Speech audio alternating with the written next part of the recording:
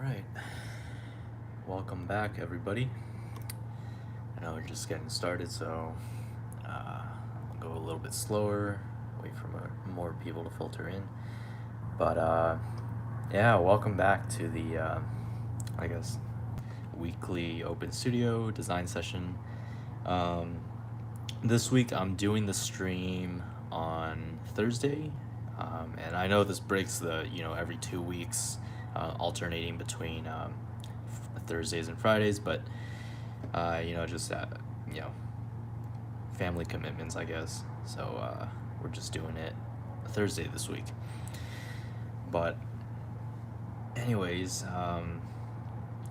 that aside, logistics wise, we're still working on the F-16 model here.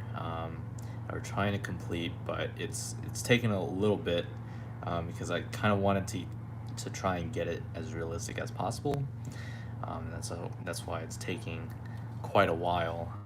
Last time we kind of finished off the nose and the middle fuselage, I think, and also the tail fin here, which it's part of the design. But I'm actually thinking, like, right now it looks a little bit large.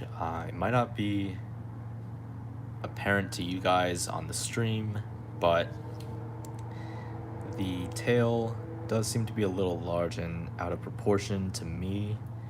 And that may just be because it's not complete yet, right? Because you have your F-16, which has like an engine that extends down here, so that's like another 1.5 centimeters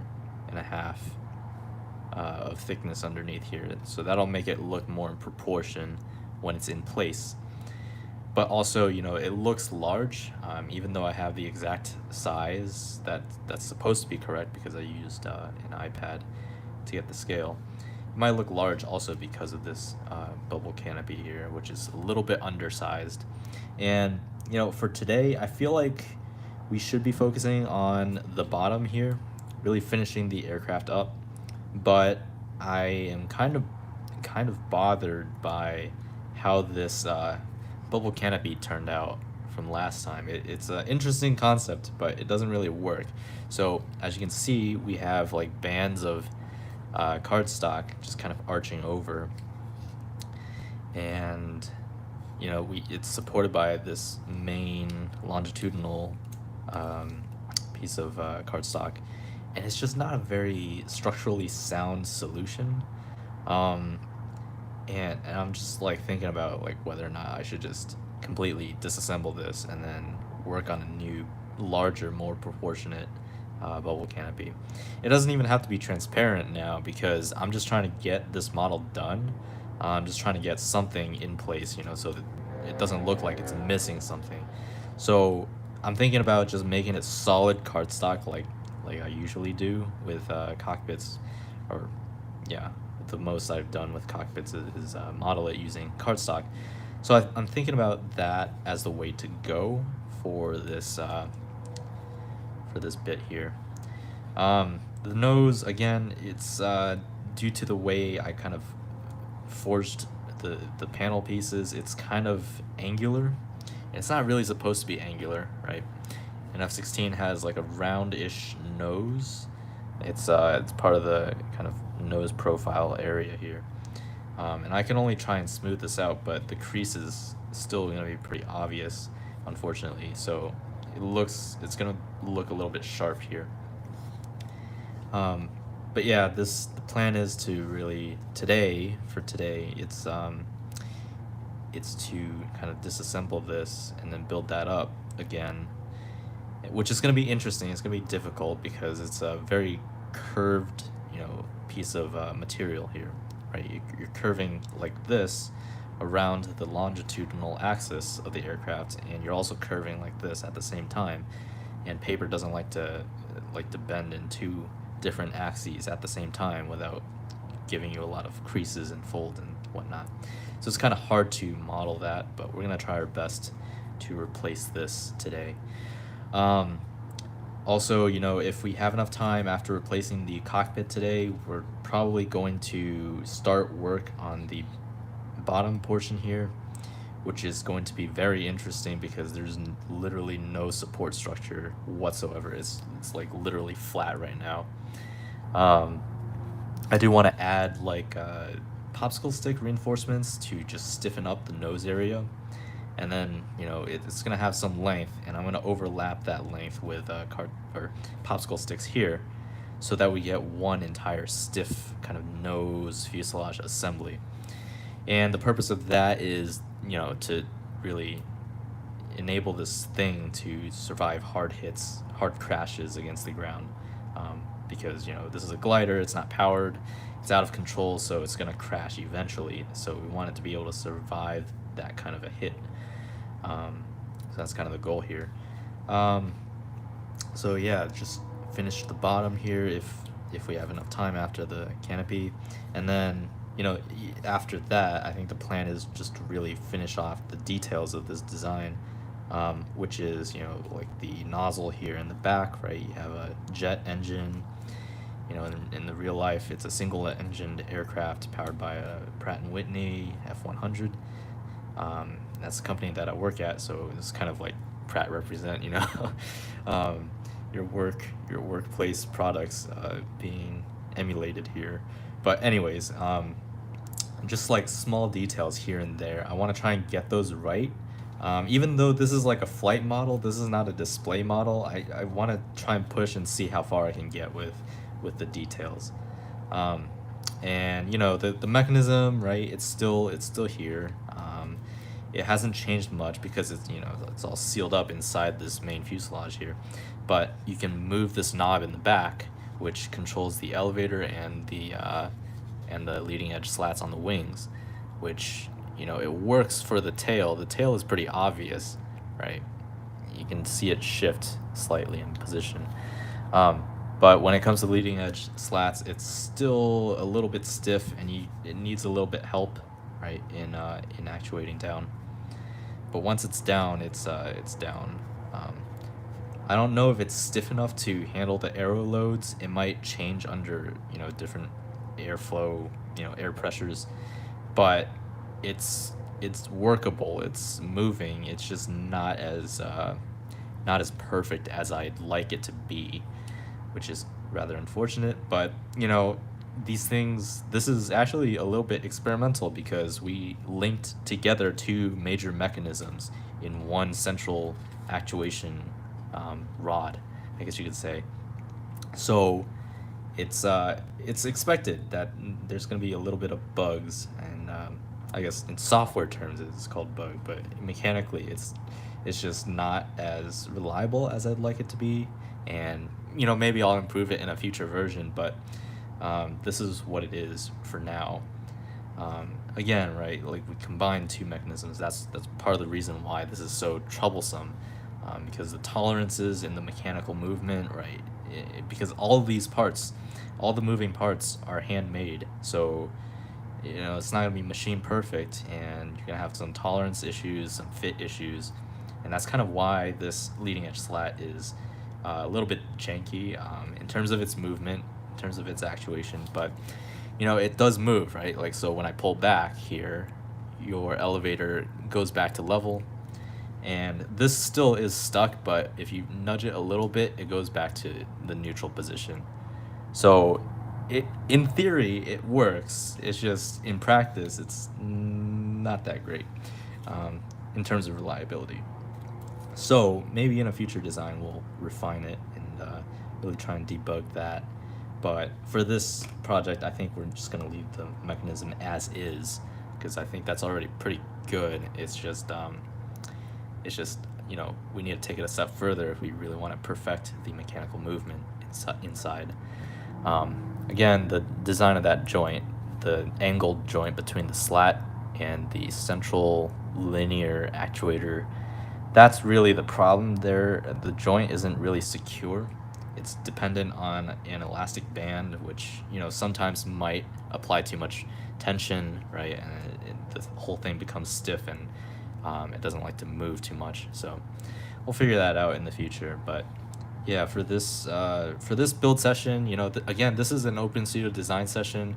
I'm gonna be working on this project, and I encourage you guys to work on your own projects in tandem.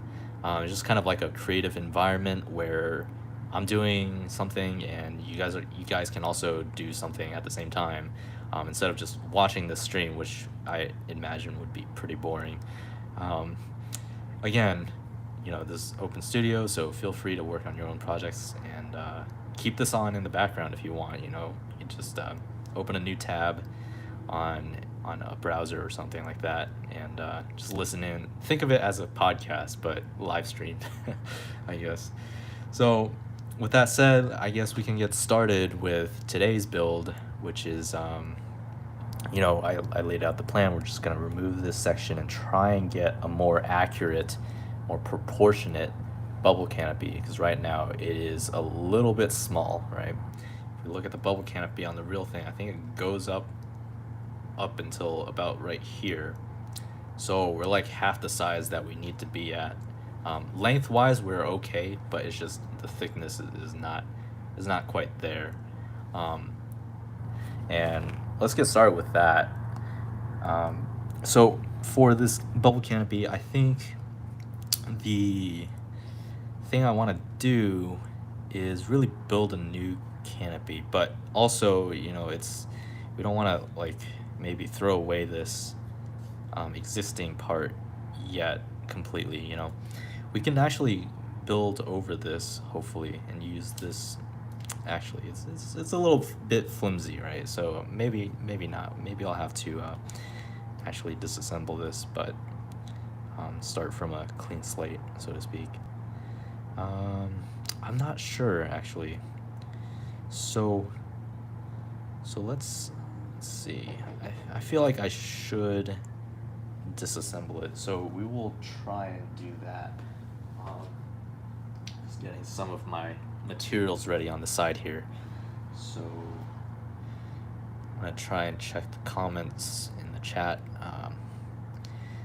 I think I saw several comments. Inca15 says, "I love your channel so much. You build the most amazing planes." Hey, thanks, man. I appreciate it. It's support from you guys that really drives this channel, and you know, it's like a minor thing, but it really does make a make meaning. Um, you know, always say to myself, you know, this channel isn't gonna be like popular. It's pretty niche thing. But if I can reach just one person out there and inspire them to make their own projects or pursue like a career in aerospace engineering or mechanical engineering, then that's, you know, that's a job well done on my part, I guess. I do these projects because they're cool, they're interesting, and I hope, you know, I can inspire somebody out there, and yeah, that's kind of why I do what I do. How fast can the plane fly? You know, I haven't really tested, you know, like scientifically what the speed is, but for a plane like this, probably not too fast because it has so many control surfaces and you know, it's you know, flight is a whole other thing, right? Like you need a little bit of momentum, but you need to balance that momentum with your, you know, your lift and drag and all of that. It's a complex science, you know, even though it's, you know, dependent on four different forces, right? You have your weight of the airplane pulling towards the earth, and you have lift generated by your wings and tail and body, and then you have drag, um, you know, with all these surfaces. So usually these scale models, they don't fly extremely fast unless you give it a lot of weight in the fuselage and you throw it really hard. And that's not what I usually do with these scale models. Now, on the other hand, we do have something like an X-47, which I actually conveniently have off to the side right now. This plane can actually fly pretty fast and pretty far, I would say, because it's a relatively simple design, right? You have a main body that's pretty wide, right? It's a lifting body in the center here, and it has the wings are actually not that large compared to the surface area of the body. In real life, this thing is a flying wing drone, and in this incarnation of it, in this model of it, it's relatively thin, or it's not thin. I guess it's how to characterize this. This thing is really dense. Right? It's a little bit weighted because I put coins in the front area here underneath the surface panel here. So it has a little bit of weight to it. It's also made from reinforced materials like popsicle sticks inside the wings, right? They're sealed off, so you can't really see them, but the wings are thin, right? Thin and very strong. It's not standard paper, as you can see, because I can hold it by the wing and it's not bending, right? There is a spar inside, and there's straw structures inside, so it's a really strong structure, and it's relatively weighty, but it's also low drag, right? Because you don't have a ton of surfaces, unlike the F-16 here, right? Your F-16 has your tail surface here, your horizontal tail and vertical tail, and then once it's done, you're gonna have this huge intake hanging off the bottom here, which is gonna add a lot of drag. And overall, just in terms of airplane configurations in general, this design here has a tail, which means that it's generating more drag here, which is, I guess I'm repeating myself a little bit, but really it's a balancing surface. So this is what's called like a traditional wing and tail configuration, and this is and specifically this is like a delta cropped wing, right? It's not a sharp triangle at the tip. It's it's cut off here. So it's a cropped delta. It's not very efficient aerodynamically speaking, but in fighter jets, you don't really care about efficiency. You care about turning performance. You don't want this massive wing, right, which will make your turning be slower and whatnot.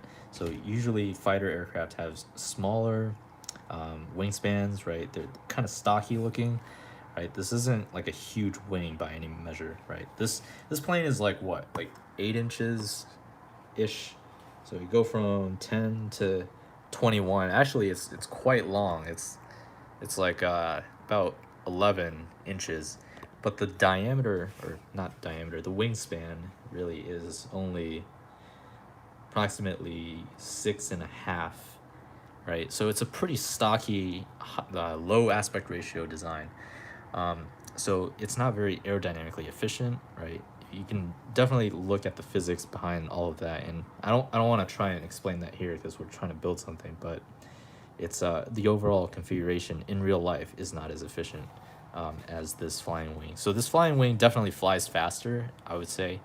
Um, it's kind of hard to judge how fast things go without an actual like a speed measuring tool like a radar or a velocity measurement tool, which is which you would have to mount on board, which this plane, these at this scale doesn't really make sense. But if you look at some of my past videos, you might get a better idea of how fast these things fly. It really depends on how much weight you have, how much drag it produces, and how hard you throw it. So it's kind of variable. So I wouldn't say these things fly really fast. More like scale, like, oh, they kind of fly, and they're not supposed to go at like hundreds of miles per hour, if that's what you're wondering. Several other comments here. Have you ever competed in airplane championships? No, I have not. This isn't like a paper airplane in the most traditional sense, I would say. It's kind of a niche thing, right? You're trying to create something on top of that, right? Really modeling something. So performance isn't really the main focus here. Because if I wanted to do that, the most efficient glider design, right, would be like a straight wing. It wouldn't be like a fighter configuration like Delta. It wouldn't look this cool, essentially. It would be the straight wing and, like a straw, very thin, almost nothing fuselage, with a small tail at the end. It would be something like that, and it'd be super lightweight, probably made of balsa or just like a I've even seen like it's like popsicle sticks, but thinner versions of that, and you like make a skeleton structure and then coat it with saran wrap. That's like some super like intense kind of thing. I guess I'm not really into like trying to achieve performance, at least not yet with these gliders, right? The goal here is really to create something cool with moving parts, right? It's kind of nifty like that, and it kind of flies, and that's kind of the goal here. um, so that's kind of the niche that I operate in. So yeah, if you have any more questions, please feel free to add them in the chat. um, so sneaky. Coins. Yeah, coins are a pretty big part of how well these things fly, because you need a little bit of weight to counteract all that drag, right? Because in a glider, since you're unpowered, your forward motion in flight is dependent on mostly, well, all of it is dependent on your forward momentum, which is essentially how hard you throw it in the beginning, which has a velocity component, but also depends on your mass, right? Your momentum is proportional to mass times velocity, is m times v, right? P equals m times v, that's the equation. So the more mass you have, the easier it is to conserve that momentum, right? Because as you fly, your drag is going to slow you down, right? So your momentum, which equals p equals m times v, your v is going to decrease.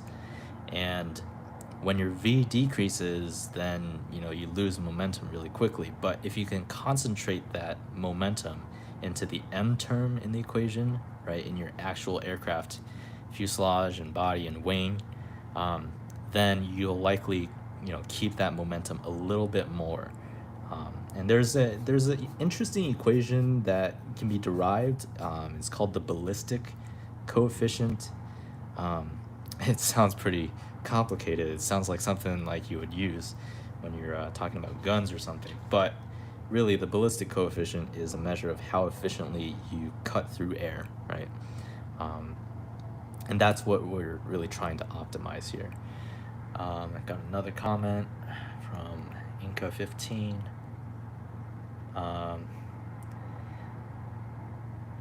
Benjamin Rogers, I want to say I've always found your work inspiring. It's cool to see how far you have progressed with this hobby. Thanks, man. I always try to do something new, right? I don't want to try and do the old things again and again.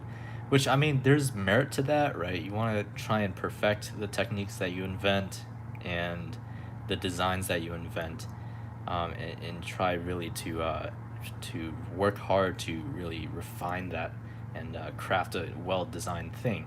But you also have to balance that with some new ideas sometimes and new ways of doing things. And so it's kind of the spirit that I always have with what I do in this hobby, as well as in real life and in work and things like that. Inca15 says, what other supplies do you use to make your planes?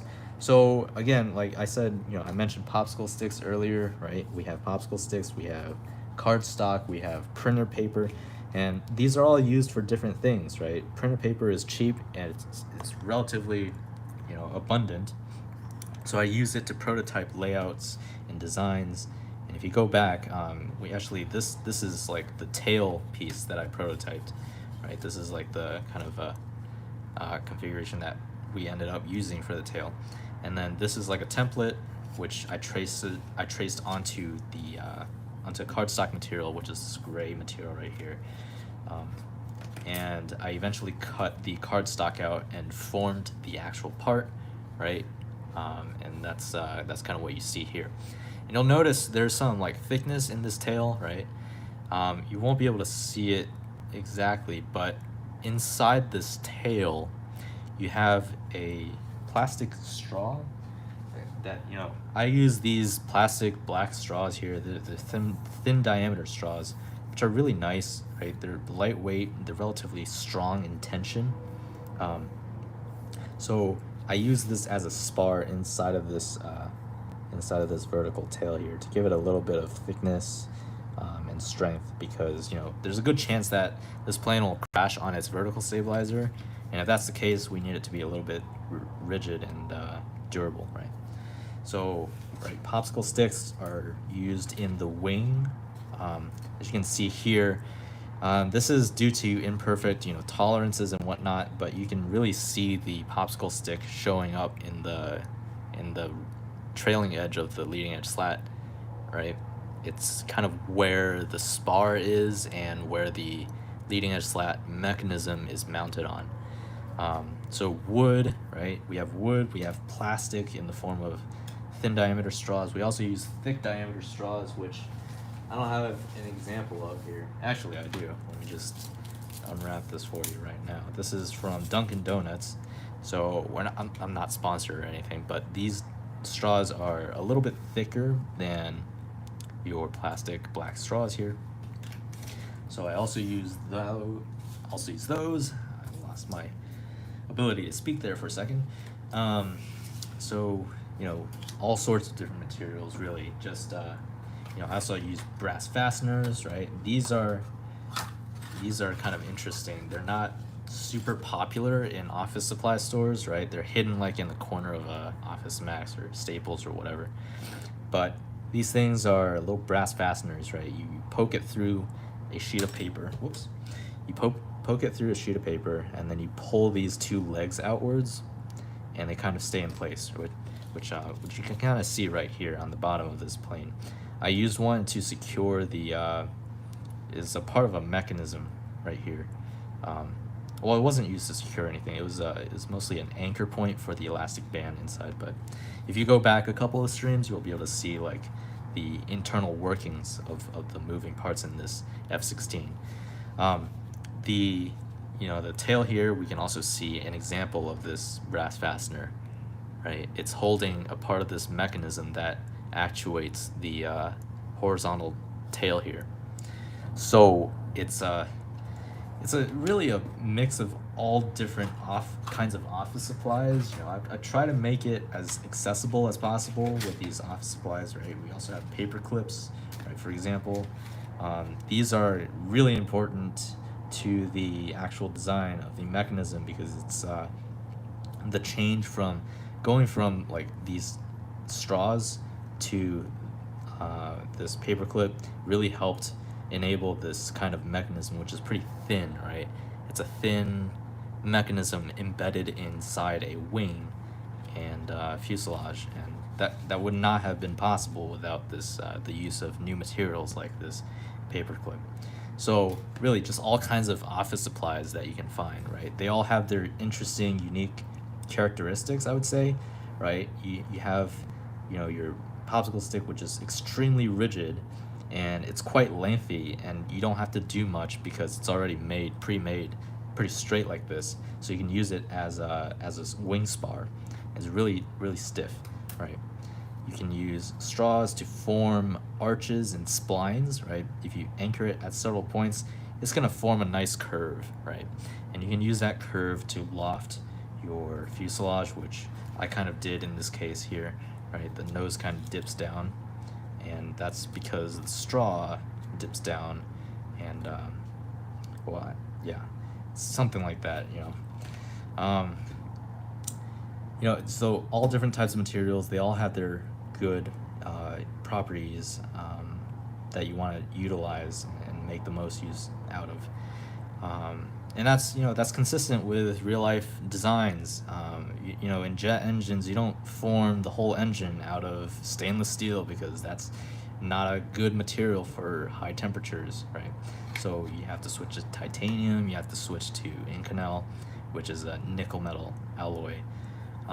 So you have all different types of materials in real life aircraft designs and engine designs or whatnot, right? Each material has its own unique properties, and so you want to take advantage of that. And essentially, I've gathered all sorts of office materials and taken advantage of their properties here. So that hope that answers your question of what materials I use. The cardstock here, again, this is not like regular printer paper. Regular printer paper is pretty thin, pretty lightweight.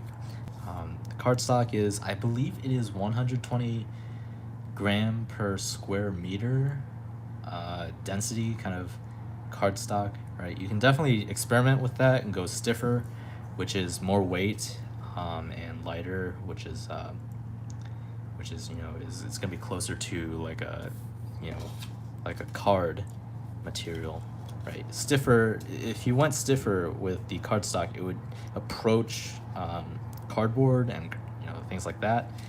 But if you go lighter, it's gonna be in between this current material and this regular printer paper here. So it's really a finicky thing, right? Use whatever's available to you, but I'm using 120 GSM cardstock, which is quite good for me. Strength to durability and cost, right? Cost is definitely an issue, right? You get like 50 sheets of cardstock, which is more than enough for multiple projects. But one pack of 50 costs about like $4 or so it's not too terribly expensive, right? If you went with something thicker than this, with like with specific colors in mind, because you can get these cardstock materials in different colors, they can range to much higher prices, I would imagine, because it's more material compressed into a thin sheet, so it's going to cost more. It's going to cost more to make, which is going to increase the cost.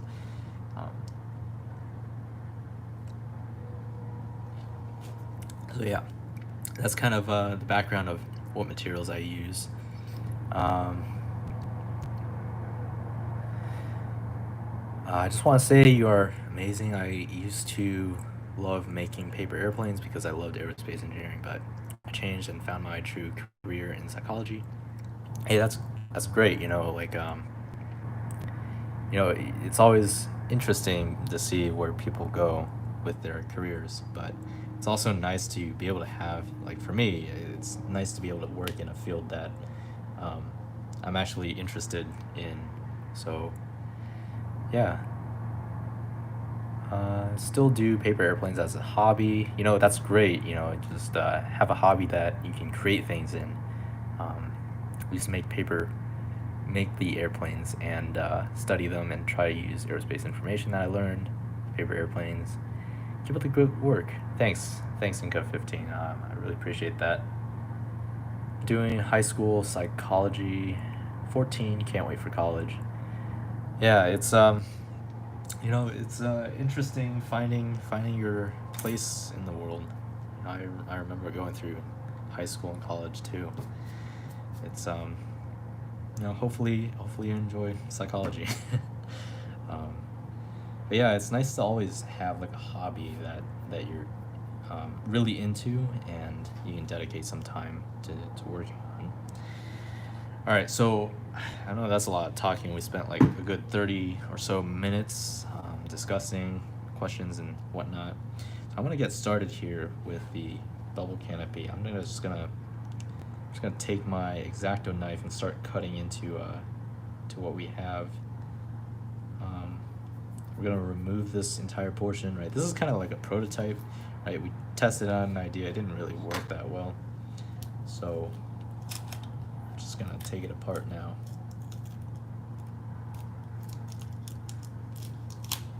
Really, I don't even need like an X-Acto knife. I can just peel this off. That's how weak this structure is. It's not very reliable.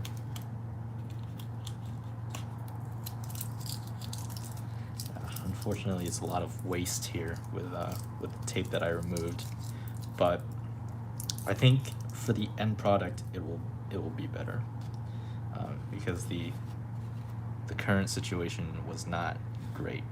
So this is gonna go up pretty high now that I've realized my mistakes, right? So this is gonna be approximately, I'm just gonna like look at this real quick. This maybe like 1.5 centimeters, which is quite high.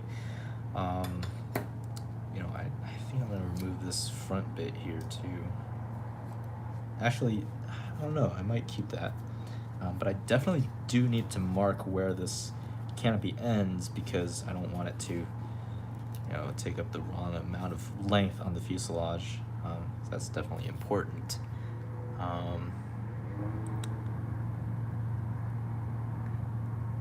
Damn, I gotta go. Mom calling me, but I love the channel. Sorry, couldn't stay longer. Yeah, no problem, man. This thing is this live stream is being recorded, so you'll definitely be able to watch it later if you're interested. But um, hopefully there are no technical glitches, right? I really dislike YouTube because it crashes sometimes, and I lose like hours of live streaming. But also my phone sometimes overheats, right? So I'm just trying to hope for no technical difficulties this week, which would be amazing. All right, so we can get started here. We can use a little bit of our scraps to really get some progress in here. So we want to mark out kind of the thickness of the kind of the width of the canopy, which I gotta grab my iPad to reference the size of the canopy here. I think I got the length down, but it's just the thickness that I messed up, and the width and height that I messed up in the first prototype. And plus it just looked a little bit janked, right? It's like kind of angular, which is not that great. Not that I can do much better with cardstock, because it's just a limitation of the material that I'm working with. So I'm just trying to make do with what I got here. So this is like, oh god, alright. I need to open the actual app. So I have an image file on my iPad that's not opening correctly. It's like a transparent background, which it turns all black when you try and view it in the app. But we can try and see what. Okay, so I think this is like half the thickness. So really, what I mean by that is this is gonna get kind of convoluted. But if you look at the thickness of the nose at that section, right, it's approximately what, like an inch. So the canopy should be half an inch. Right? That's just based on some measurements off the diagram. Again, like most of the time I eyeball these things, right? This isn't like an exact thing, but got that down. Let's see, so we got half an inch, right? Half an inch like that, and then I want to see. So I have a bad habit of mixing units, which is rather annoying to myself, and probably to some of you guys, but this is 2.5 inches by 5 inches. Or no, 0.5, 0.5 inch, right? Something like that. And then, you have your center line here, and then it's gonna go back 2.5 inches.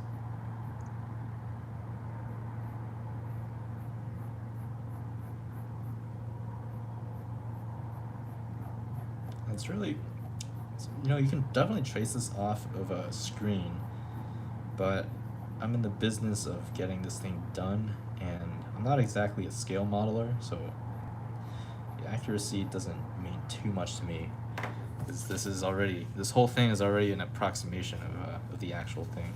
So this is kind of what we want to get, but it also needs to come out of the page, which is some of the more difficult bits here. It's gonna be hard to do that without actually prototyping some parts. So we're gonna take our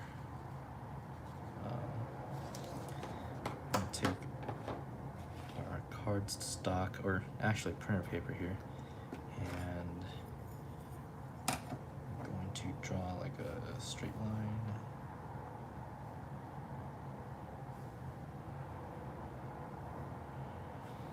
Just trying to test out different ways of making this thing, because in the past I've made it out of a single piece, which is, it works, but it's not great. I'm trying to test out the strip idea, but with a thicker strip, right? A little bit more reinforced.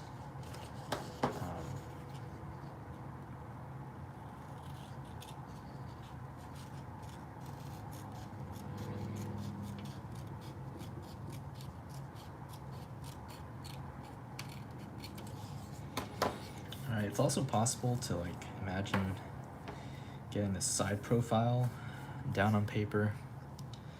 Right, so you have something like that, which is very subtle, and you can try and draw out. Try and see. That makes sense here.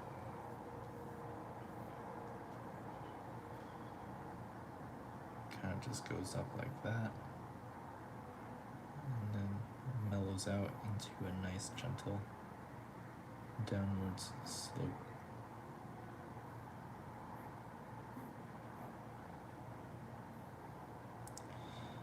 Alright, and we can try, so this is the base line here. And try and duplicate this. I wonder if that's the right size. Wow, okay, that is really nice. I'm gonna test this out as a prototype idea. See, this isn't like a linear process, right? You might be wondering, like, how do I make these things?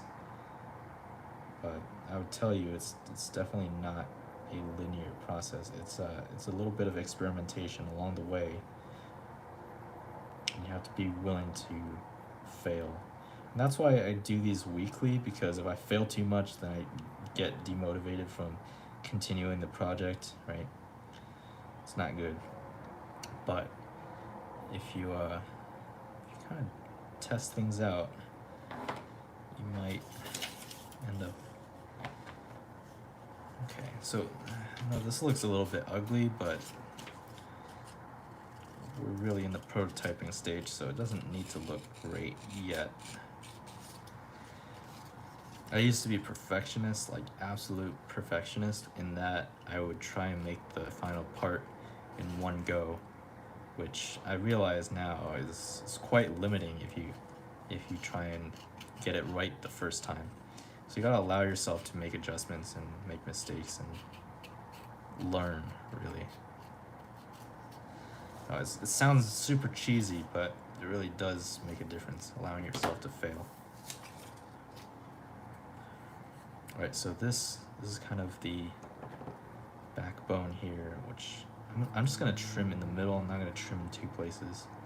Alright, just like slice it at different locations.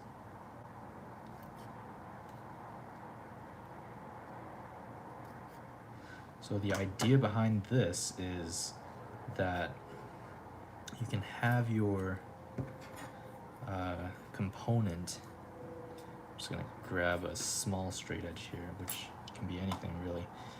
Your component is, I lost my train of thought there. Damn it. All right.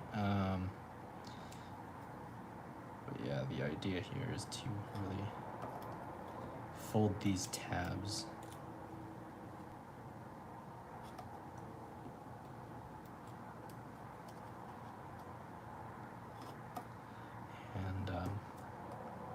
What these tabs are going to do is serve as kind of an anchor for this side profile. I guess this is a little bit more scientific than what I would normally do, but you break up these tabs into these curves, into these sections, because you're approximating this slight curvature here. And so with a piece like this, we can expect a canopy to look something like this, which we're gonna need a little bit of tape to temporarily secure this prototype piece. It's a tedious process. Again, it's not very straightforward, but it is what it is. So we'll just put a little bit. You don't need all that much. Actually, this is a little bit too much, I feel like. But you grab a little bit of tape here, and then you try and test out the fit. I'm coming up with this as I go, so I'm really just really, I'm taking it as a open studio design session is in the name. I'm really experimenting here. There is no defined tutorial for this, at least not yet. See, that looks a lot better, right? This canopy looks a lot better than what I had before. Even though it's not complete yet. It's not, you know, like if I zoom out a little bit, we look at so here's gonna be the intake dropping down. So if you imagine something like that, and this is much more proportional to the rest of the aircraft body. Right, so I would say maybe a little bit higher would be nice. Maybe just like a slight bit. Let's see how large this thing is. Yeah, this thing is 1 centimeter right now. We said 1.5, right? So we need to increase the curve on this thing a little bit, and then decrease the length a little bit. So my eyeball skills aren't that great, right? I'm missing approximately like half a centimeter here off the mark. Yeah, approximately half a centimeter. So in the next iteration, which we will work on right now, so this is just really just rapid prototyping, right? You just really have to spend the time and get these things down. So I'm going to take these temporary pieces of tape off, put them off to the side so I can use them again and I don't waste material. Okay, so something like this, except now it's going to end here, right? And then you have this, and then you have your point in the middle here, point in the middle here. I'm just really marking it through the so I'm gonna call it the crack. There we go. Okay, so it's gonna end here instead. Right, shoot that up. So end here, and trace out the previous curve. So work off of what you have here.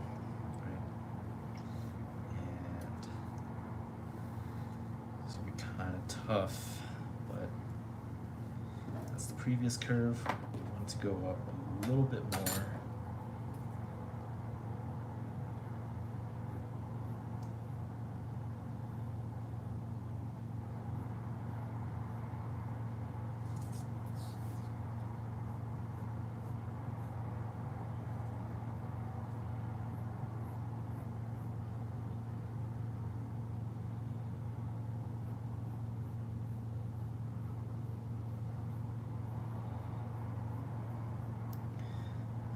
Bit tricky because we reduce the length here, which makes this curve a little bit more arched because we want it to go out that much, right?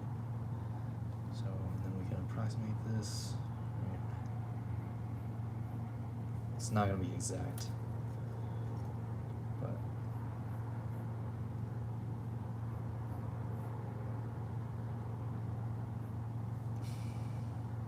cut here, cut here, cut here.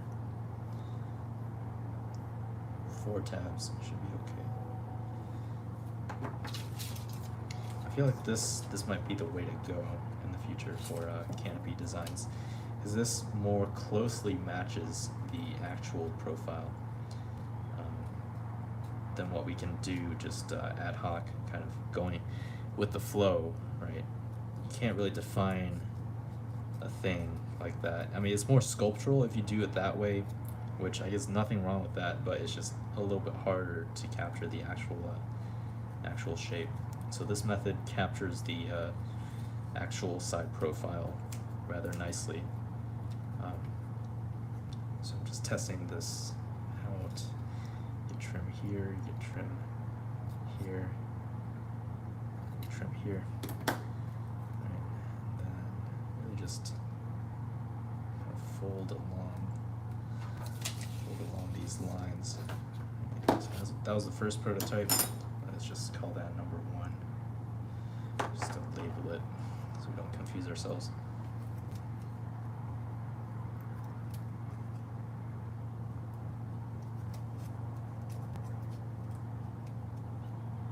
I just realized that these cuts kind of align themselves. Actually, that's not what I meant. These cuts make the fold easier because you're, well, except the end pieces here, but they the way you fold these tabs, they kind of want to fold from the next the end of that cut to the aftwards end of the cut. I don't know if that made any sense, but yeah, it's a small thing I noticed. You might not understand, but that's okay.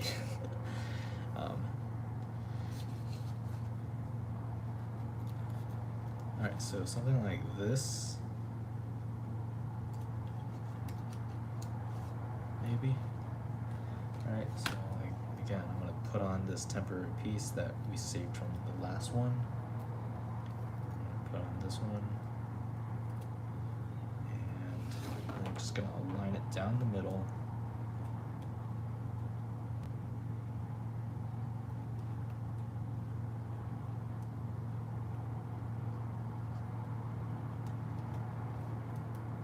So I think the problem with this one was a little bit too much curvature, but I feel like this looks a lot better than the previous iteration.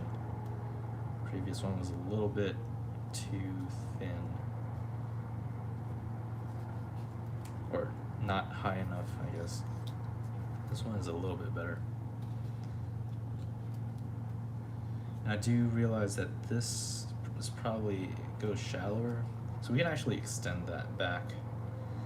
I feel, so the canopy ends here, the structure itself continues back. So I don't know how I want to model that. Maybe I'll just end it here and then try and smooth out the back later with another piece of material here, you know, connecting the canopy with the fuselage. If that makes any sense, right? So this is what the canopy shape is, but it doesn't join up with the fuselage really nicely. I'm gonna add another piece of material when it's done to smooth that connection out. If you look on the real life F-16, at least a drawing for it, you kind of see that this feature right here, right? It's kind of blended in. It's not a hard stop, right? So the way I have it, it's kind of a steep thing actually right now. So, and yeah, I can actually raise this a little bit and then end it in a step, and then finish off the aft section here later. So I guess for the next iteration, we're just gonna raise this up a little bit, smooth out that curve, right, and make it less curvy. So, all right, that's the plan.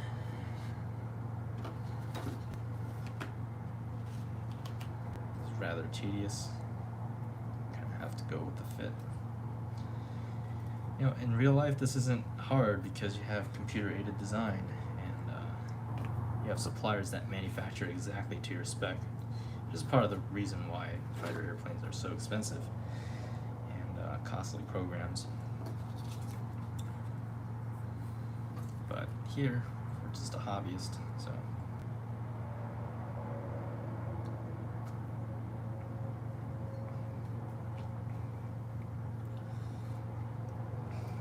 Okay, so we're gonna copy this.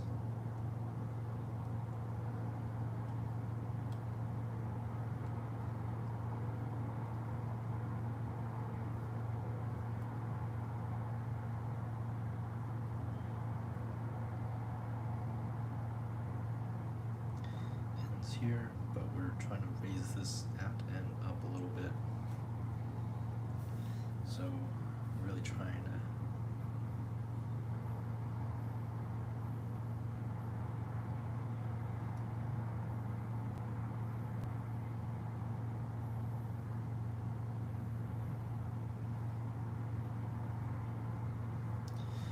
smooth out this curve. This takes years of practice to really tune in your senses to these shapes, these curves.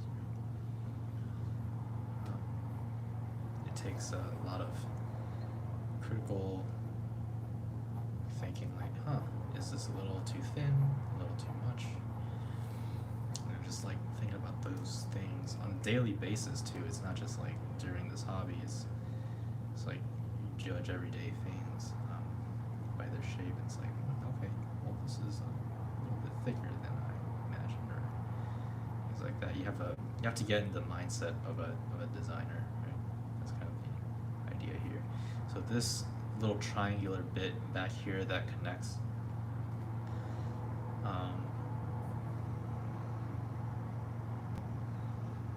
that's gonna be interesting. So this actually goes down a little bit and then matches up here. Alright, let's see how that goes. Really, it's not gonna be 100% accurate in the first place, so at some point you just gotta cut your losses and move on.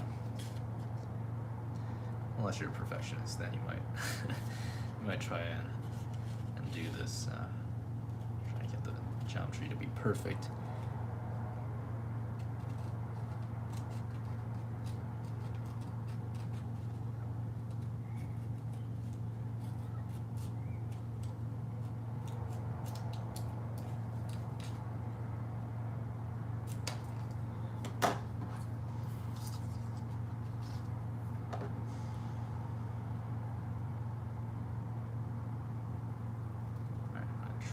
Tab down a little bit further than what I marked.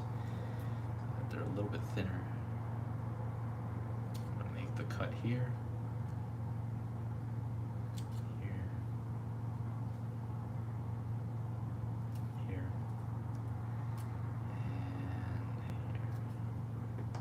So I broke it down from 4 parts to 5. So this is kind of like, okay, yeah, this is okay, and then this, I'm just really trying to fold each section of the curve here. And it's not gonna be perfect, right? It's an approximation.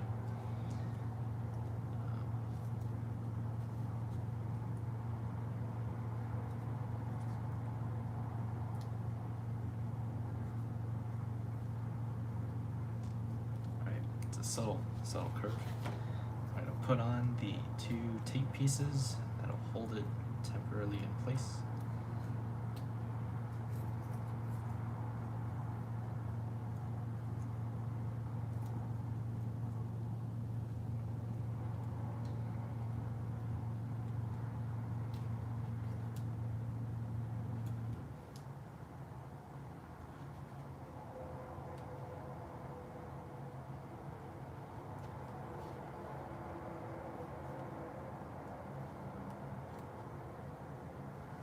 Something like that.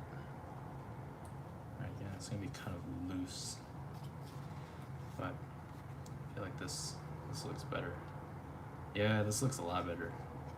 It's not very bulbous or bulbous.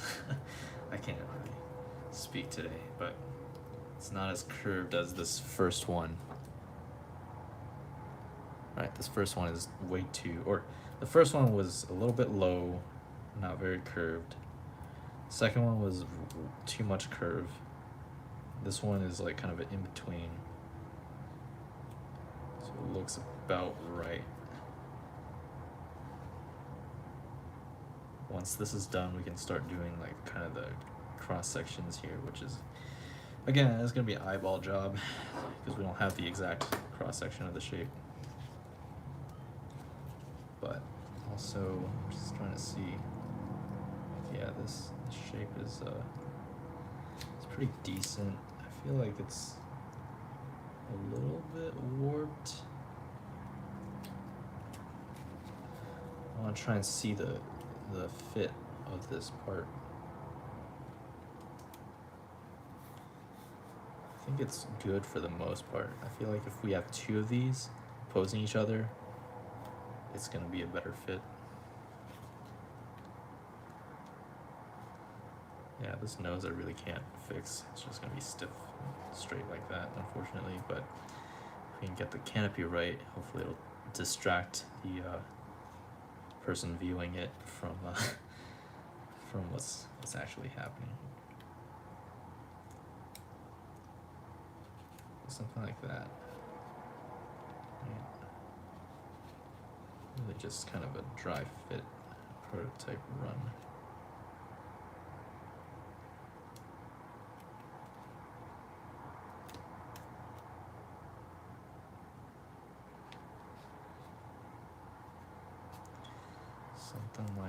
Something like this.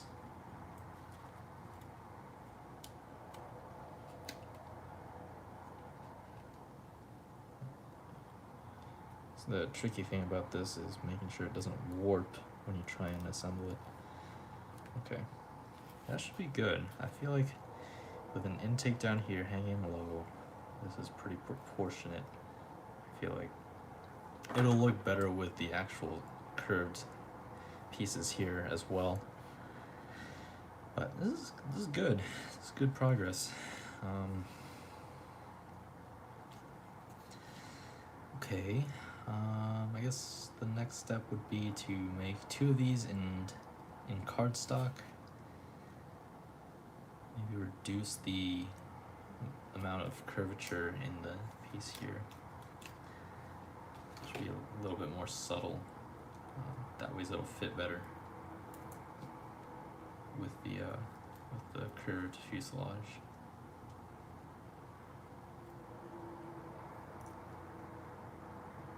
Okay. So let's see. Yeah, we could get started with the actual piece, I guess. So this is, using scrap material from before. Just reusing as much as we can. Trying to waste not all that much.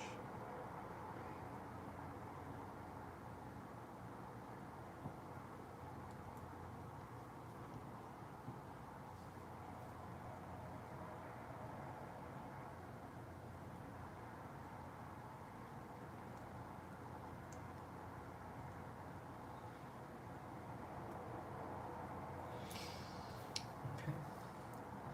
And then, oops, I forgot to mark where this thing ended. It's right about here. And this is right at the front corner here. And then this relatively subtle transition here.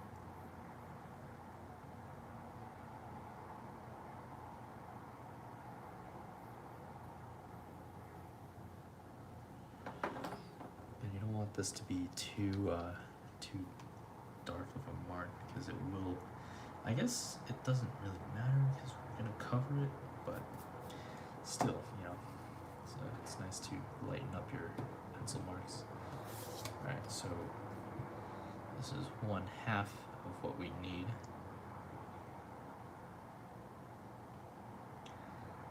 This piece is curved, unfortunately, so we can't do a dual layered piece like that directly. So we'll have to copy this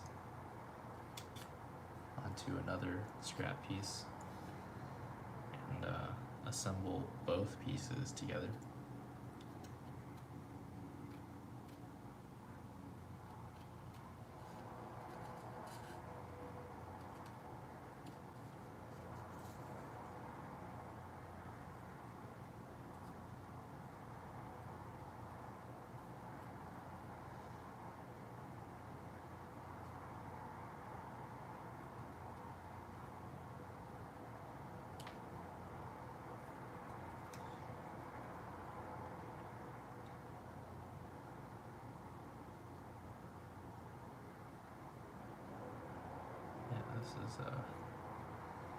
This is gonna be interesting.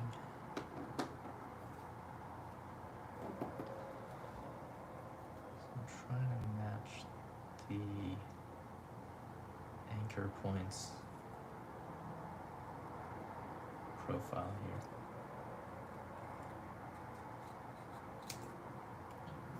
perfect, but oh well.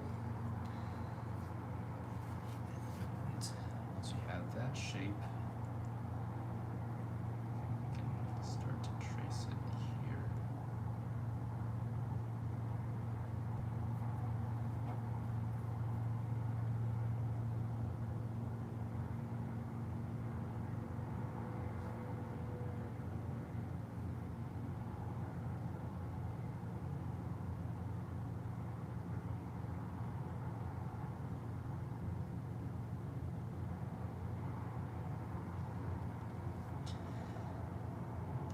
Go down here, mark the front end, back end, then just draw a line like that. So this is curve. This curve is going to be difficult to approximate, but if we cut out the tabs first and we fold it, then it should be okay. I'm not even going to mark it with a pencil. I'm just going to directly start cutting.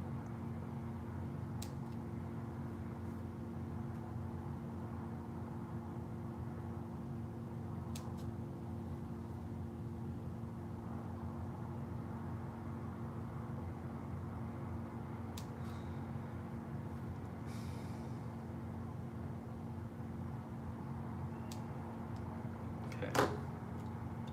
What I mean by transferring the curve to that is if we do this and fold the tabs up, then we can reveal this curvature here, which then can be copied here. This is like highly analog, and I know it's kind of old-fashioned, but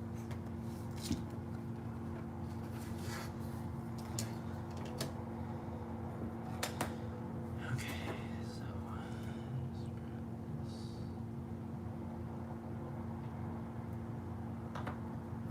Lift it up a little bit.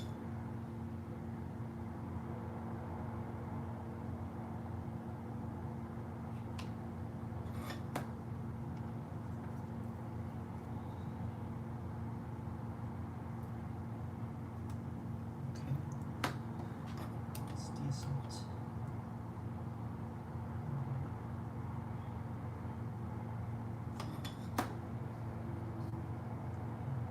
Line this up.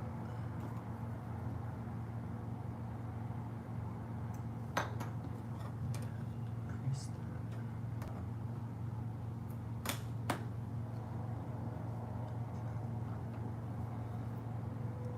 I'm just using the X-Acto knife to lift the edge up a little bit, so it makes it a little bit easier.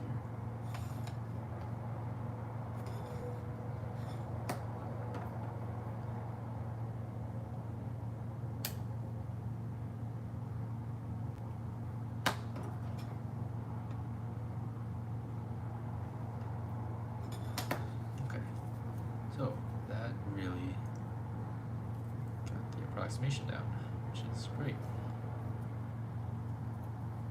Or, this kind of strategy of approximating kind of worked out here. And now that we have that, we can try and match this up and get the exact same curvature.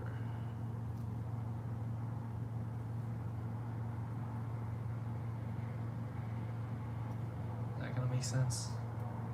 Probably not making a lot of sense, but we're trying to get the exact curvature because we don't want to rely on a hand-drawn piece. If they don't match up, then it's gonna be tough.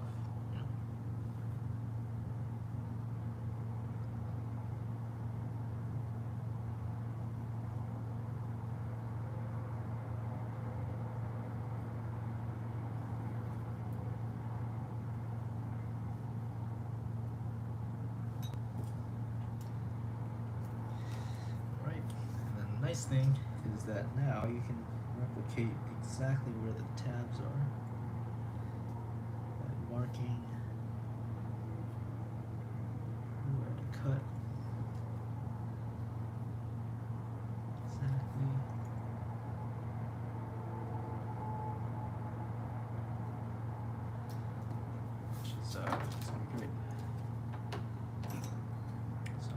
do these cuts first, because if we cut the overall shape out, I'm gonna lose these marks. So I'm just gonna do these cuts real quick.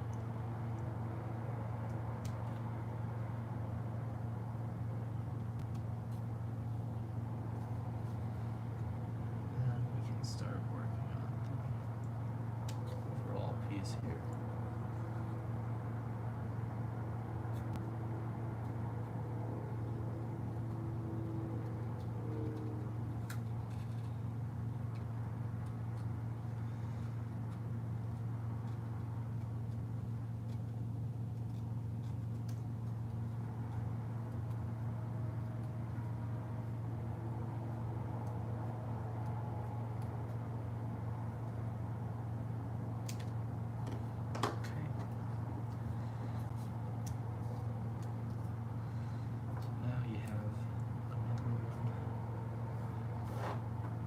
Except this time we have to fold the other way because it's a mirror piece.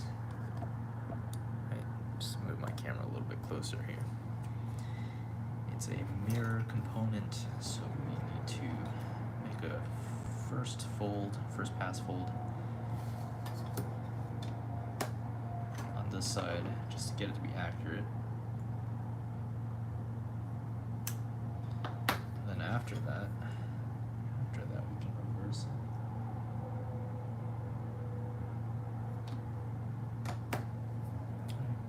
Like that. Just reverse it to the other side.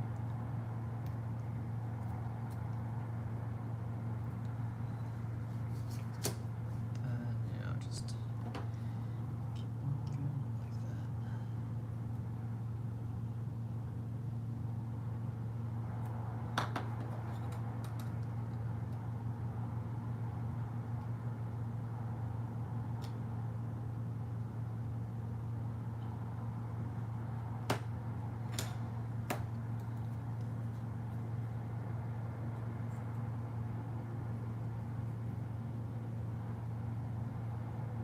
Okay, not bad. Let's continue the process.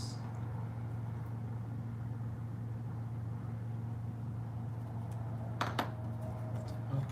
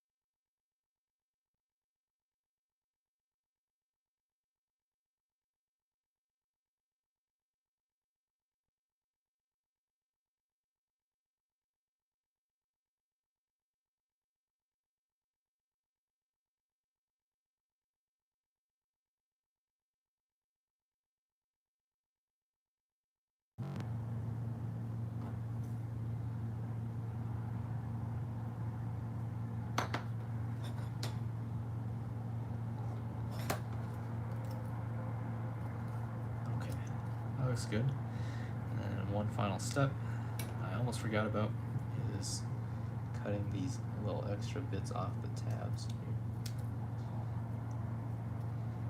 I want to try and reduce the footprint of our tabs.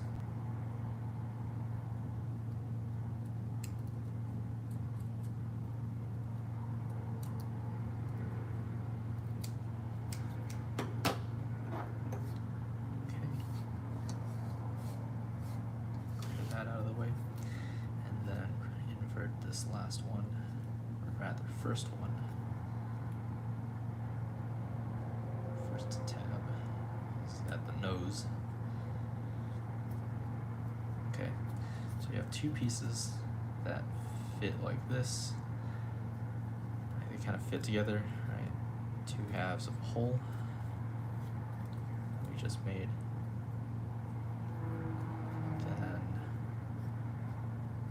We can attach these together first. figure out how to do that. And then once that's done, it can go right here, which is going to be rather interesting.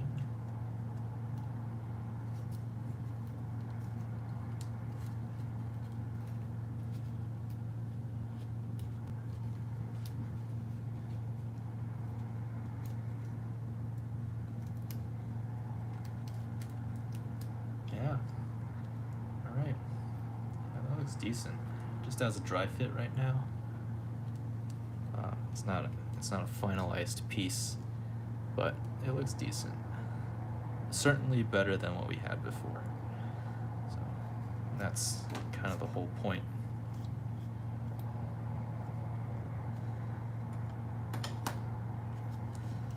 Again, this is only 1 centimeter above, so unfortunately it's not that high, but it looks about right, to me at least. So we're gonna keep it. I mean, there's no point to fussing this more because this thing is meant to fly. Eventually it's gonna get destroyed anyway, so. Yeah, so with that said, we can start assembling this together.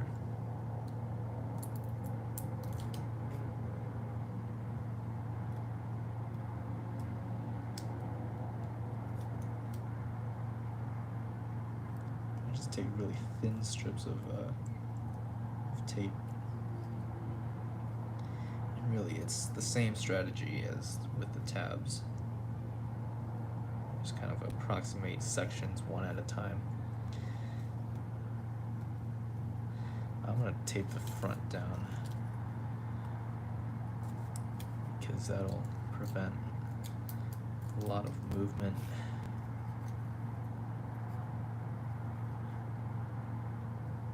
So if you align this, you can tape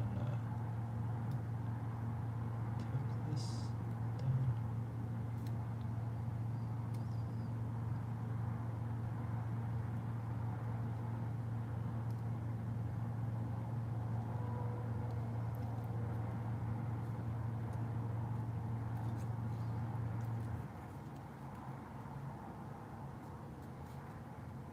Looks pretty decent.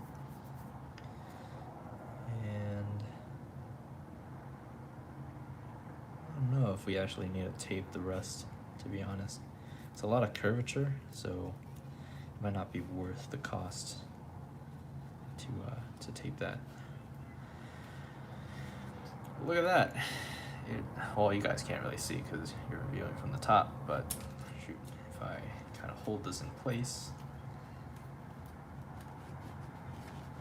like that, we have kind of a thing going on here, which is nice. It looks better than what we had before, even though it's still 2D.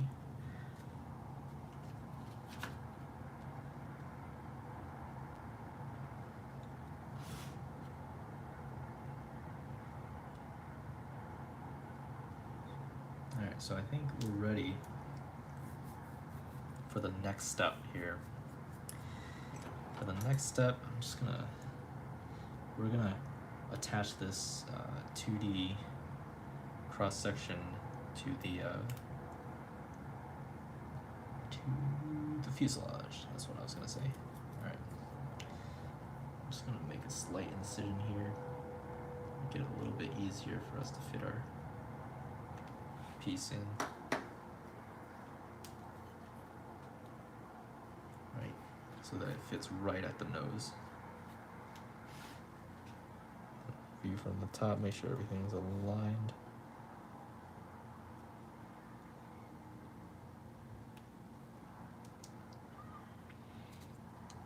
Okay. And I'm just going to patiently and painstakingly attach all these tabs in place. I think it's possible to do like 2 at a time, maybe. Especially if the curvatures aren't too obvious. but you don't want to try and grab more than 2 tabs with cover 2 tabs with 1 piece of tape. You don't really want to go past that, because then it starts getting a little bit wonky.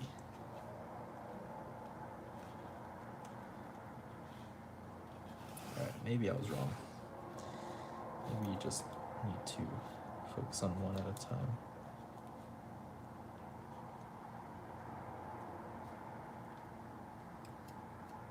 Shit, alright.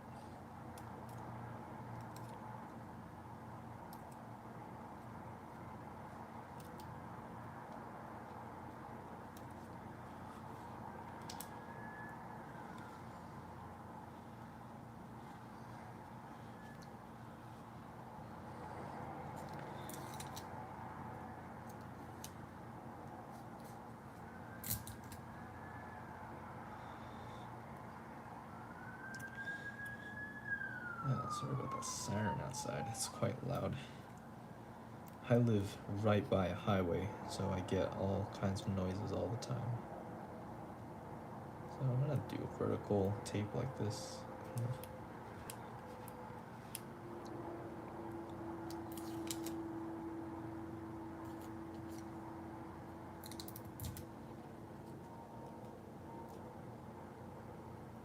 Yeah, that's probably the best way to tape these tabs down. It's also the quickest way, rather than trying to align it horizontally. Right, going vertically like this. There we go.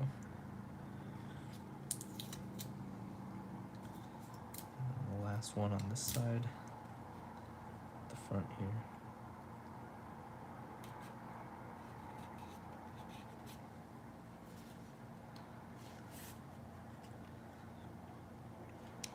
Start taping this side.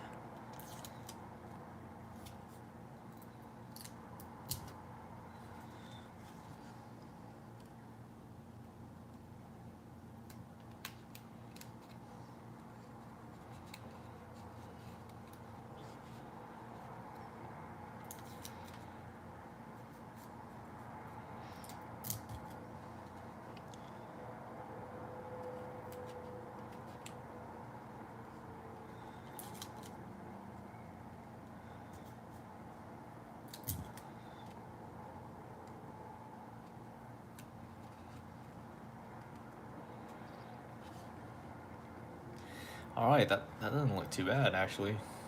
Looks quite nice, if I do say so myself. Alright, if we grab this and hold it up, it looks much better than before. And so this canopy isn't just this top part here. When it's done, there'll be a little bit of thickness, so it'll actually be approximately down here. It'll look bigger than just the top bit here. So that's just a kind of FYI, I guess. We'll say this tail is a little bit thick. Not great, but it's doable.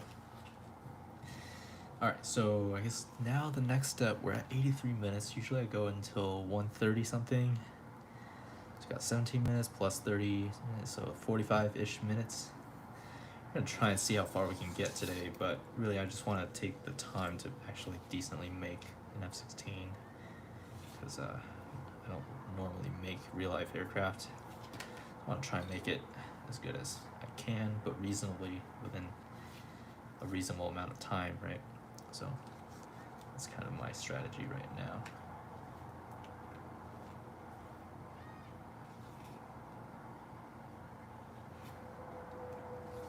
Just testing out the slat.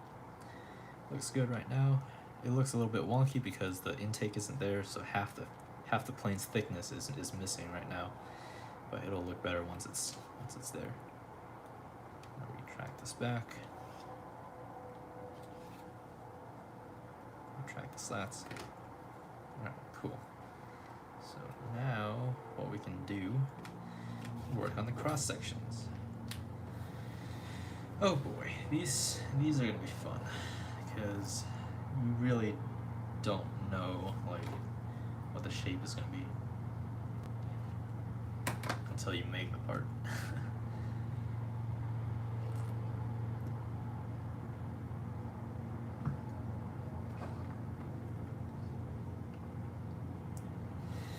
So I guess to start, we need to mark areas where we can cut and maintain like a section here. This will be halfway. I think we need a loft position here as well. Going down halfway.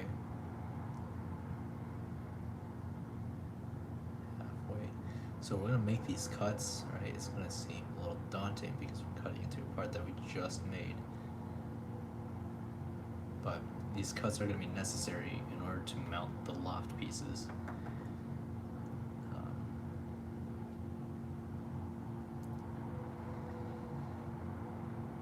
Yeah, so it's not gonna be pretty, but I think this is gonna be the way to go. I try to mark like halfway down, in terms of length, right? So not a full cut. That's the important bit. It's not gonna be a full cut. It's gonna be half cut here, half cut on the cross section, and then we're gonna slot the tabs in individually, and it's gonna fit in place.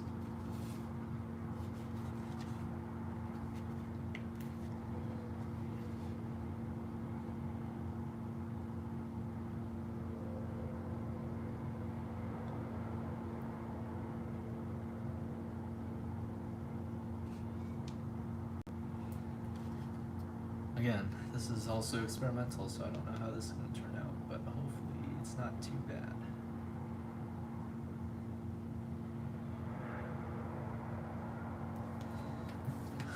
Alright, here we go.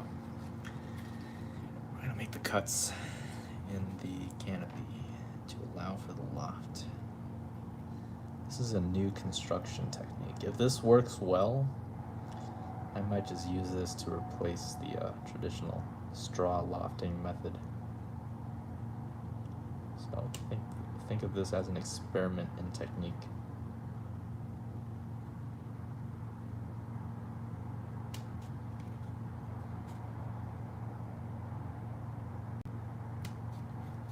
And this is how like scale RC builders do it, right? They do slot and tab construction, but we're just taking it down a notch to this paper airplane scale here.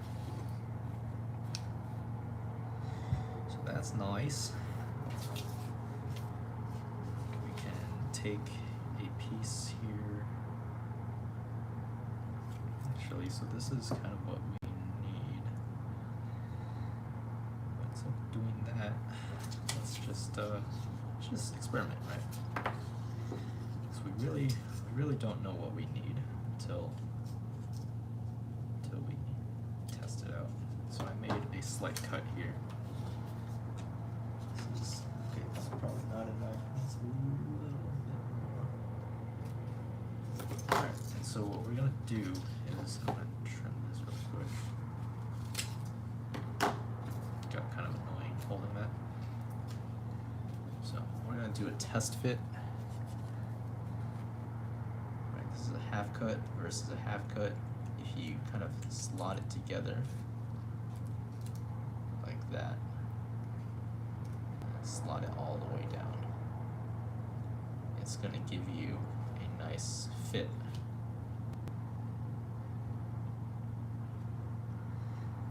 So we might need actually a little bit more than that because we need a tab to secure the bottom in place.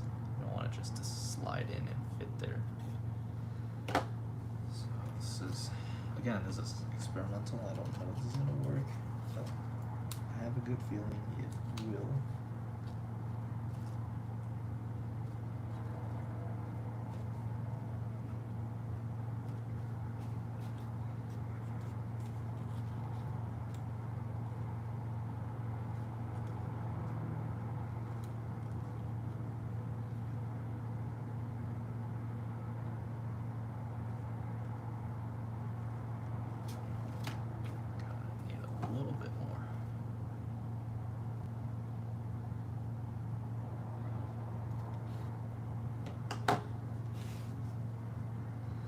I'm starting with the thickest, if you haven't noticed, right? So we're starting at the middle here, ish, well, the rear middle.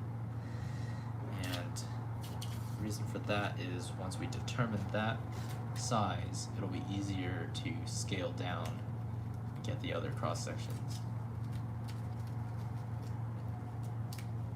So, and it's also the largest piece right now, so that's going to be easiest to work with. These are relatively small parts, and it's going to be kind of hard trying to get them to fit and whatnot.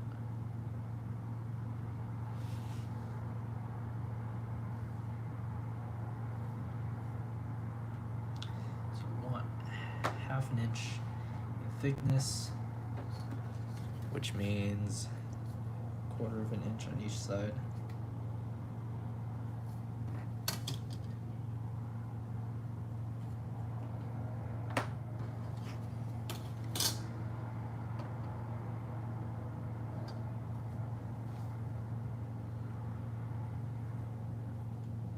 Something like that.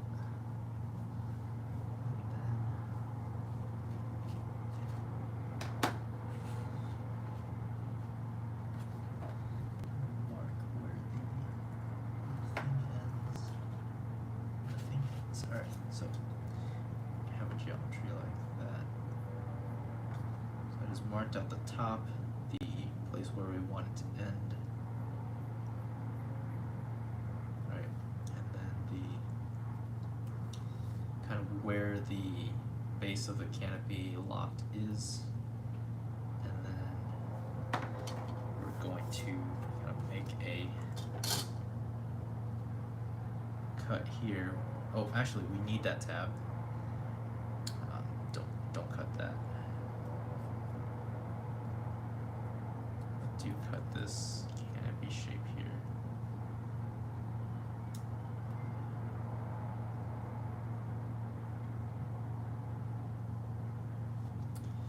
Actually, I'm not sure if we should do that either. Oh well, we're already here. Let's use this piece.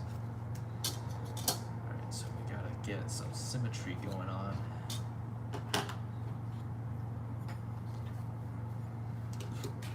This is highly annoying. Let's see. This is why I don't like making real life planes. I like going with my own designs. So you don't have to make canopies like this.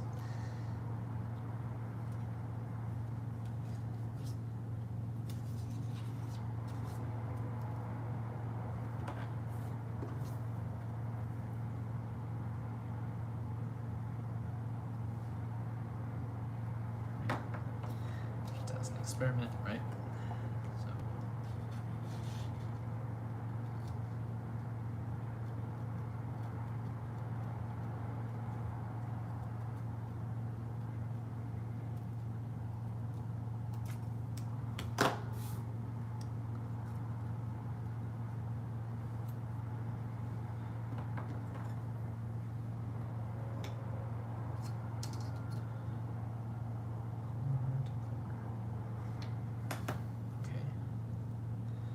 Got a piece like this that's going to fit around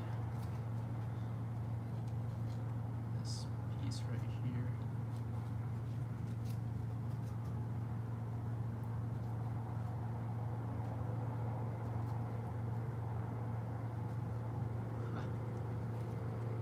It's not great.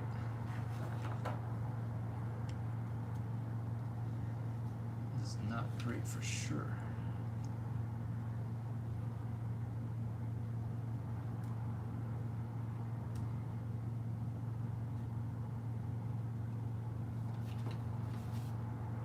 Kind of makes sense. We're making a cross section like that. It's gonna be kind of tedious, but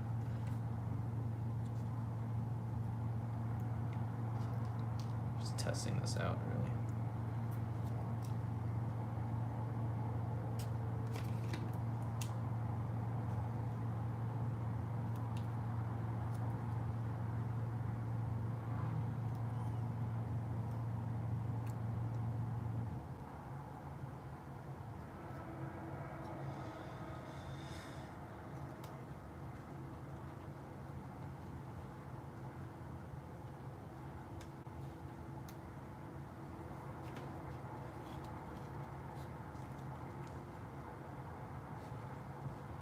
This will be a little bit better with a cardstock piece. It'll be a little bit stiffer, but I don't know. This is kind of jank fit right here.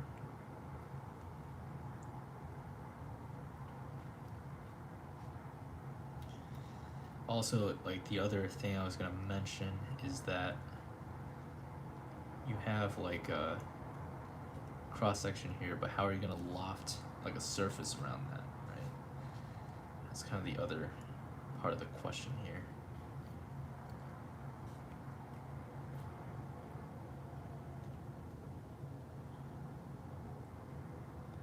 I think maybe once we have that structure, we can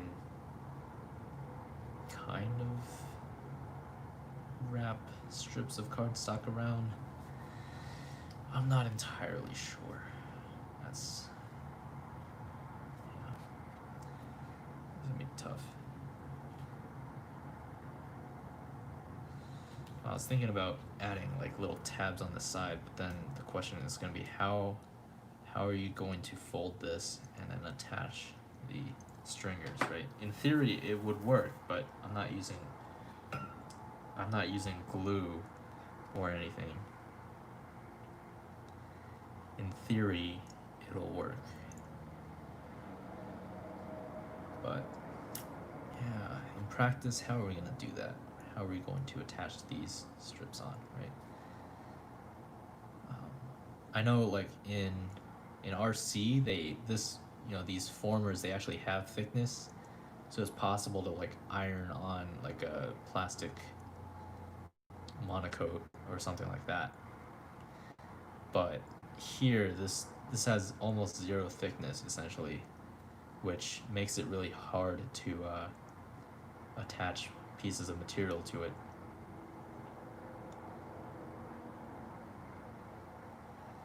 So I don't know, we can start making the cross sections. It's just I don't have a solid plan.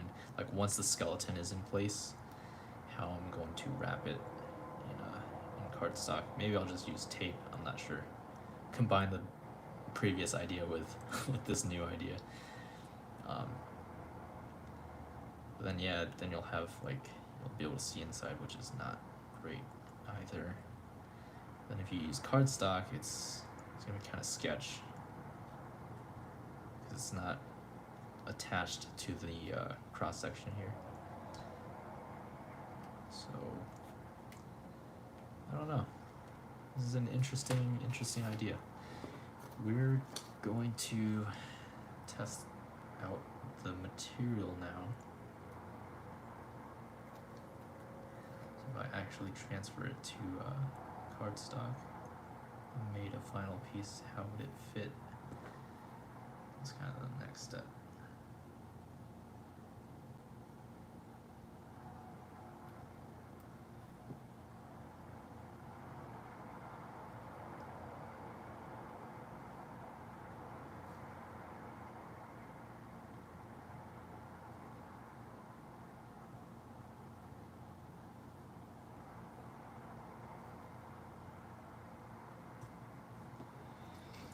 Okay. And the only other important bit is this point right here, which is going to be the point where we fold out this tab. So we're going to cut the central piece, fold here. And obviously cut the outer contour as well.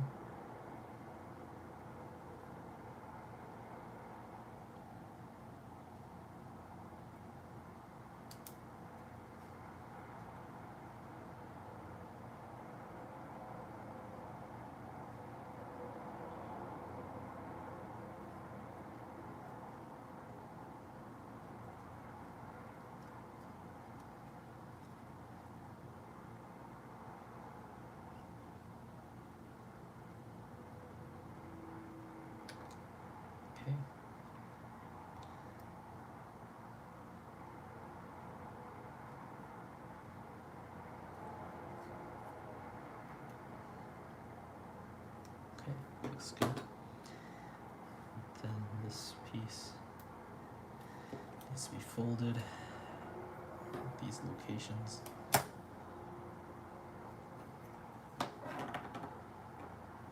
I'm gonna use my X-Acto knife here, and then my nail, just to simplify the process instead of using rulers.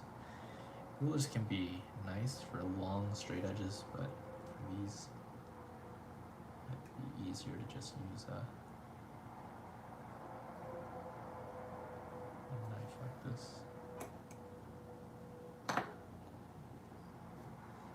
It doesn't have to be like a... Okay, so it feels slightly off. Not symmetric. But let's see how it fits. I'm mostly testing the fit. But if it works, then maybe we'll just keep it, you know.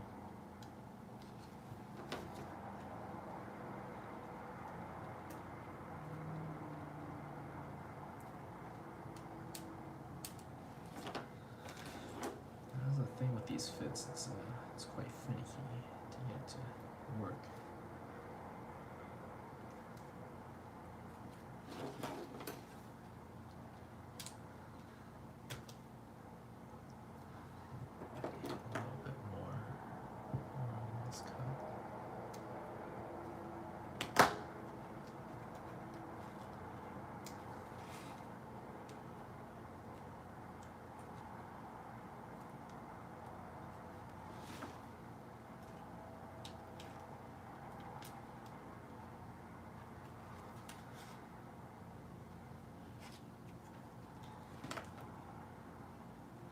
I mean, it works, it's just the fit isn't perfect.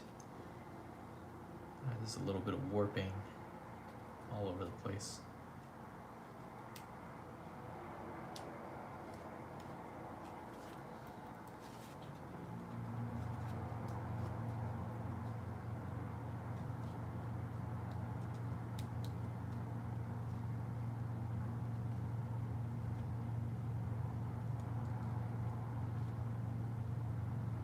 That's decent. I don't know if I want a second one though. I feel like a second one might counter some of the warping, but I don't know. Should I make a second one? I'm not sure. Let's see. Let me take this and fold it in half.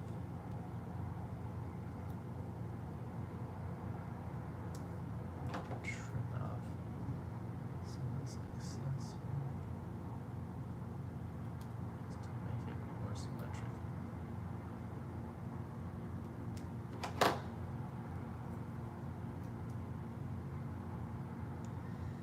Okay, so this is cleaning area. So, flip this up.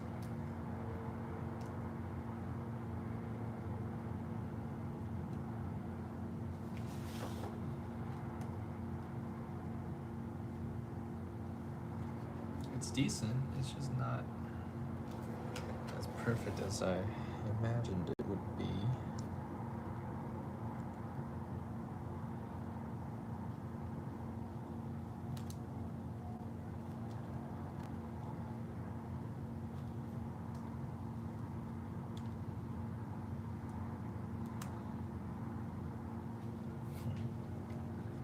I'm not sure about the second one. Should I add a second piece?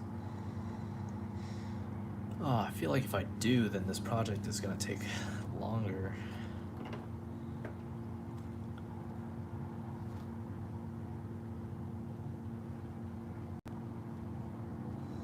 Right now, look at this fit, right? It's a little bit warped. It's not perfect. But if we add another piece, it'll cancel out some of that warp. It'll make this part stiffer. So I'm tempted to actually do that, right? And then you have like a piece to reinforce this piece, but then they reinforce each other, and so their imperfections kind of cancel out. I think I'm gonna do that. But then if I do that, I gotta do that for this one and this one and this one. God, that's gonna be a lot of canopy sections to make. But I mean, it's like it's tedious, but it's straightforward. You just gotta do it, right? I think I'm gonna go with that procedure. I'm gonna go with that procedure. It's gonna be a little bit more lengthy of a process, but I think the end result will be worth it. We already put so much time into this. It'd be a shame to waste all that effort to if we made a subpar kind of a canopy, right? So literally this live stream was all dedicated to this bubble canopy because I couldn't figure out a way to make it better, other than like 3D printing, which would be kind of cheating, but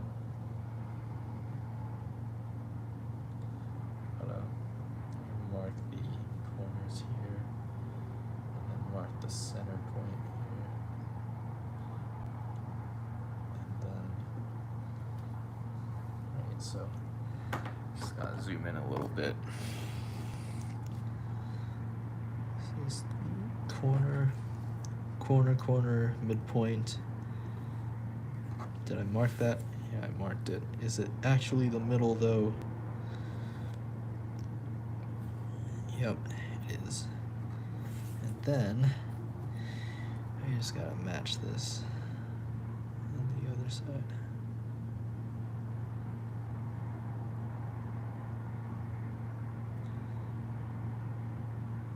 This side here. And it's a simple matter of connecting the dots. Like that.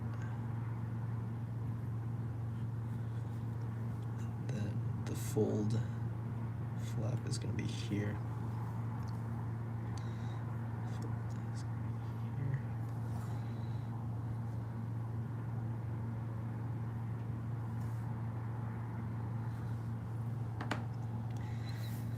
This looks pretty dumb. It looks like a peace sign. Not that peace is dumb. I would argue for peace in this world, but it looks kind of like an egg or something.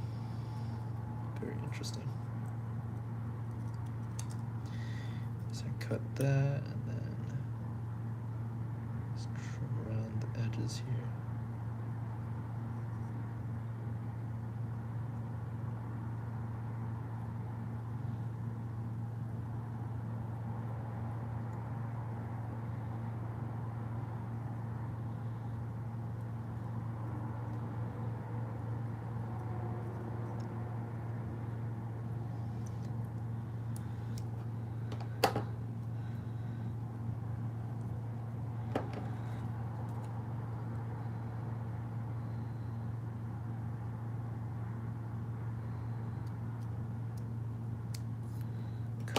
In, and then we're at 109 minutes, so you got 21 more minutes left.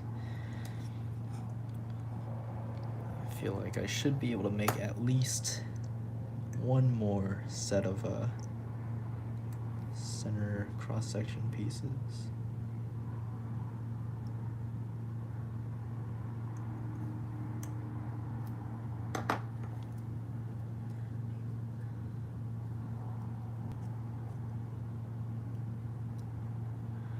Nice thing about these cross-section pieces are that they're mostly, well, they're supposed to be symmetric, right? So if they're symmetric, then that means, well, you don't have to worry about mirrored pieces.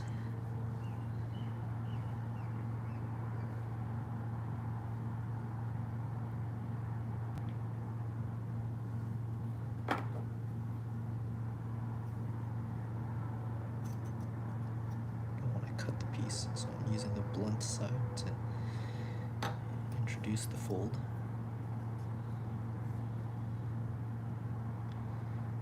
Use my hands to really increase the intensity of that fold.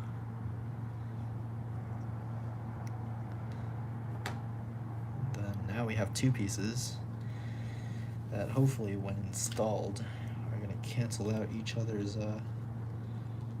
tendencies to warp. Also, this is going to be a tight fit, so I'm not sure if this is going to work. But we have the first piece in with the legs pointing that way. I'm going to call them legs, but they're really just tabs. The second piece is now in. Just fitting it down into the crease. And it's, I'm just trying to align the center piece here.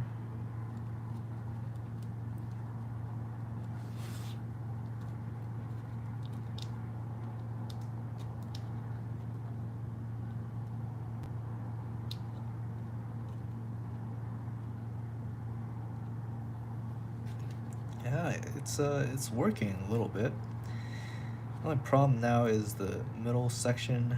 I think it needs a little bit of relief, because otherwise, you know, the thickness of these two cross-section pieces is going to force apart these two bits here. And when that happens, things start to buckle. So you need to cut like a very small sliver of relief.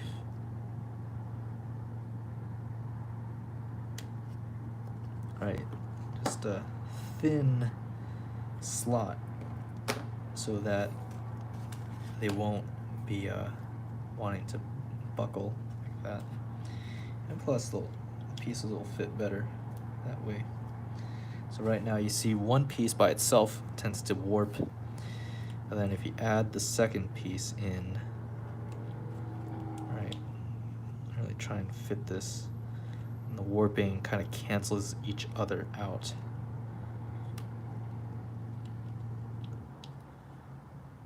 This is physics and design at play. Very interesting. Warping cancels itself out. But yeah, that's the solution going forward. Just got to make several more of these sets. I think there's like 1, 2, and 3. There's 3 more to go. I'm probably not gonna finish today, but we can at least make one more set, I feel like. For this section, right, this is approximately the same thickness as this one, right? You have 1, 2, 3, 4 here. The two middle ones are approximately the same, so I think I might just copy what I did here for this slot right here. Then again, we only have like 16 minutes left, so hopefully this goes by quick. But we'll see how far we get. If we don't, then, you know, at least we'll have a direction going forward. It's not a very efficient live stream. We didn't get super far, but, you know, we want the quality in this project, so time is the trade-off there to achieve that. Yeah, trade more time for better quality. Really, these pieces are really nice because they're so small. They don't need like a double layered outline, right? Because they're cut two pieces separately. So you're able to actually just use very small scrap cardstock pieces, and you're able to get the job done like that. Mark the midpoint, mark the corner here, mark the corner here. Oh, yeah, that's the corner. We didn't really fold on the corner, shoot. But it doesn't matter too much. Just copy that, copy this, and then with everything in mind here, mark the center point here, top dead center, where we want to end our cut, and then midpoint here, And then we have all the definition that we need to finish marking this part up.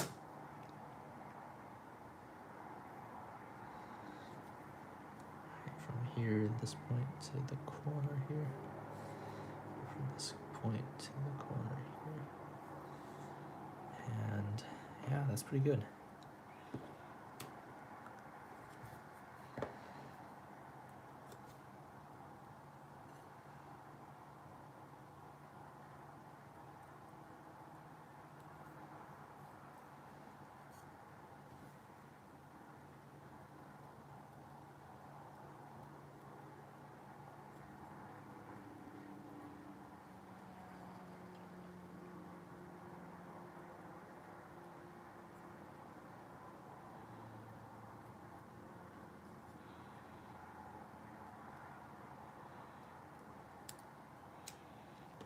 Okay, looks pretty decent.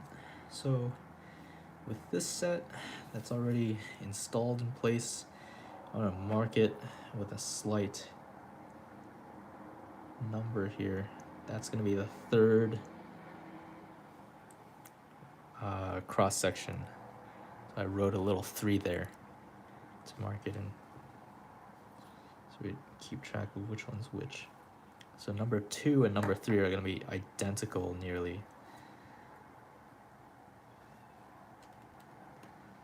Alright, something like that. Just putting it there for now. It's not a final fit or anything. So we do need to reference this for our next part.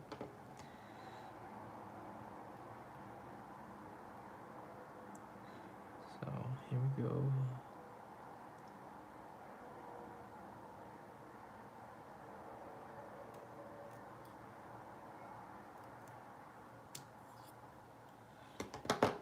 Right.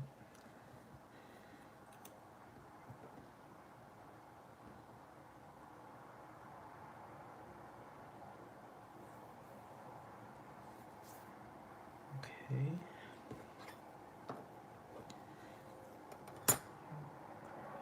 We'll lift this up and fold it in place.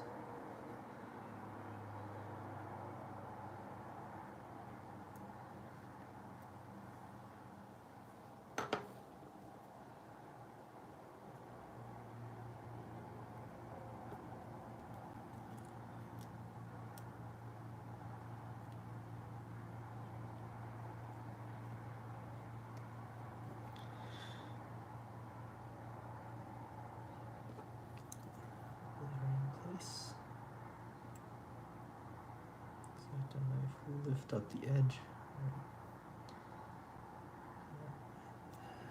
Should be okay.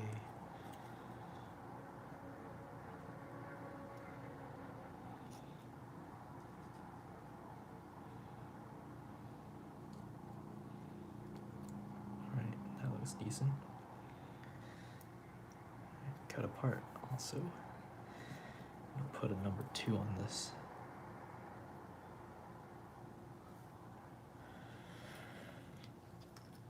Okay, so we got one number 2 done. We need a second number 2. I'm gonna try and copy that on this piece of scrap here.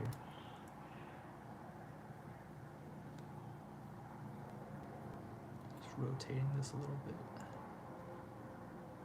Put this in here.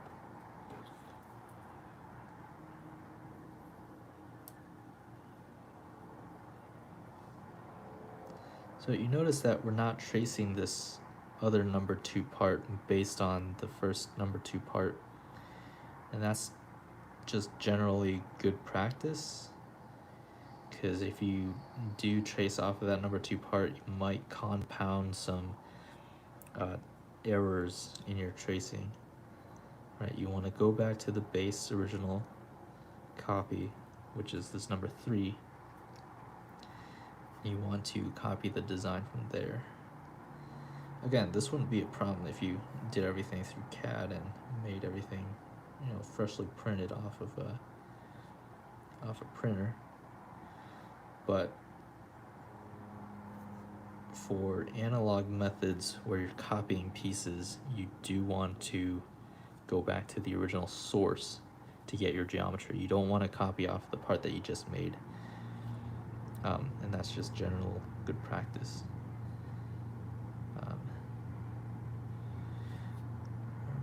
Here, mark a point, and then we have all the major points and features lined up. This corner. Alright, center line here. Mark that. Center to corner, fold here. Pretty good.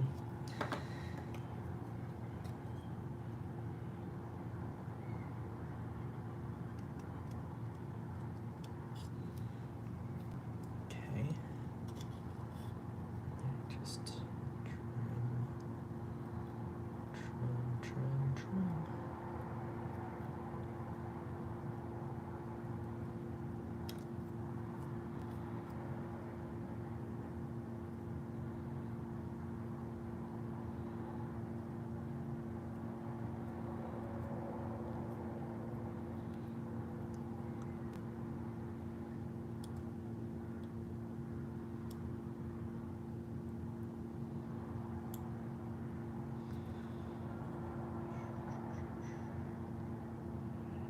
This down like that, and then the center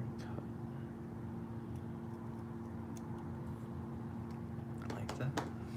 Okay. That off to the side.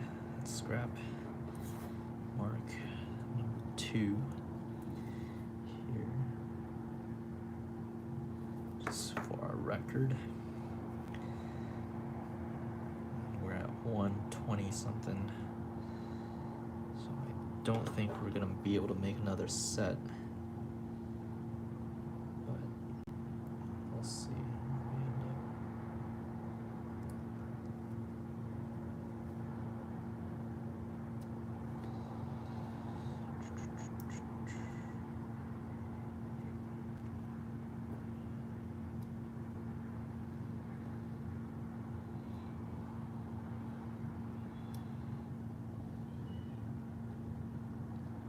Okay, and then here, just take a ruler, right there, same procedure. Kind of fold that. Right, just increase the intensity of the fold a little bit. Then just align it like that. And we're done. Alright, so now I'm going to fit all the pieces in. Granted, I do have to cut a slight slot for the number 2 right here.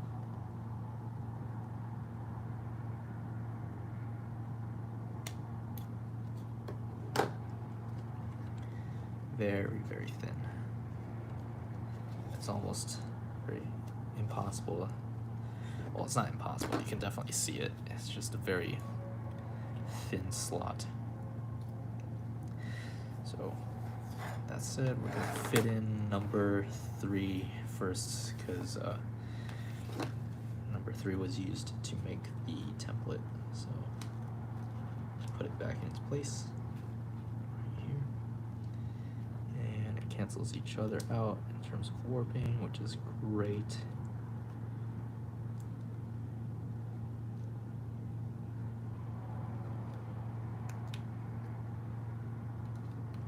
Oh, that's pretty cool. You know, it's something neat I just noticed is that you can fit these tabs underneath the longitudinal tabs. You see that? Right? The tabs from the cross sections can fit underneath these tabs if you align it right, if you didn't tape all the way. That's so neat. That's so nifty. That's pretty cool.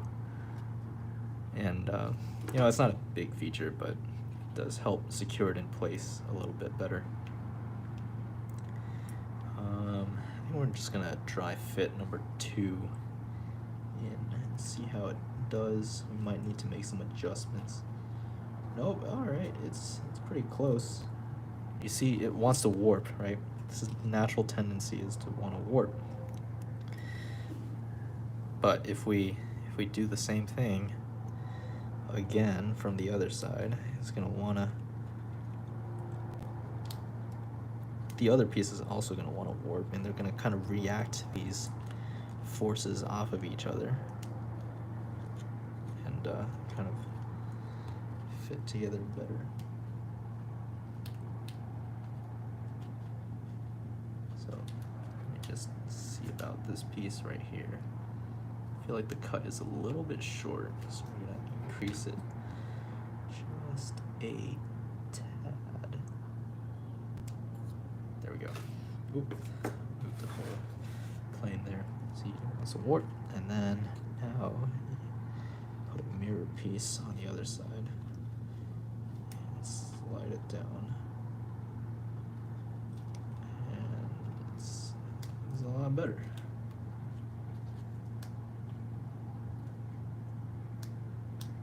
Okay, so it's a little bit high, so we might need to adjust it. A little trim here, but that's totally doable. Just need to make sure it doesn't shift too much. And take our scissors here and just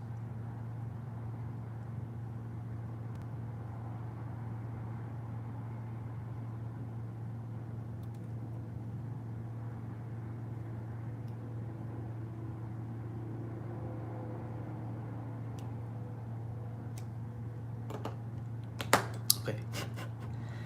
Alright, looks good. And I think we're just about out of time here. We got like 3 minutes left. I kind of want to end on the exact time every time.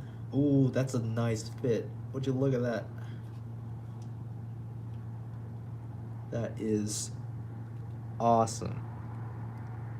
That slight adjustment, you see? It made it fit so much better. It's now almost entirely flush. Now that I think about it, we might want to do the same with number 3 here, but number 3, if you fit it in tightly, I think it does actually end up becoming flush. So I don't think we're gonna worry too much about that. We could make the edit if we wanted to, but I'd rather not. I'd rather have the center cross sections be a little bit higher than the spine than the other way around. Because if it were the other way around, then when you surface model across these center cross sections, you're gonna have the spine really adding like a crease down the middle, which is gonna look ugly. But really, it's a matter of personal preference, I guess.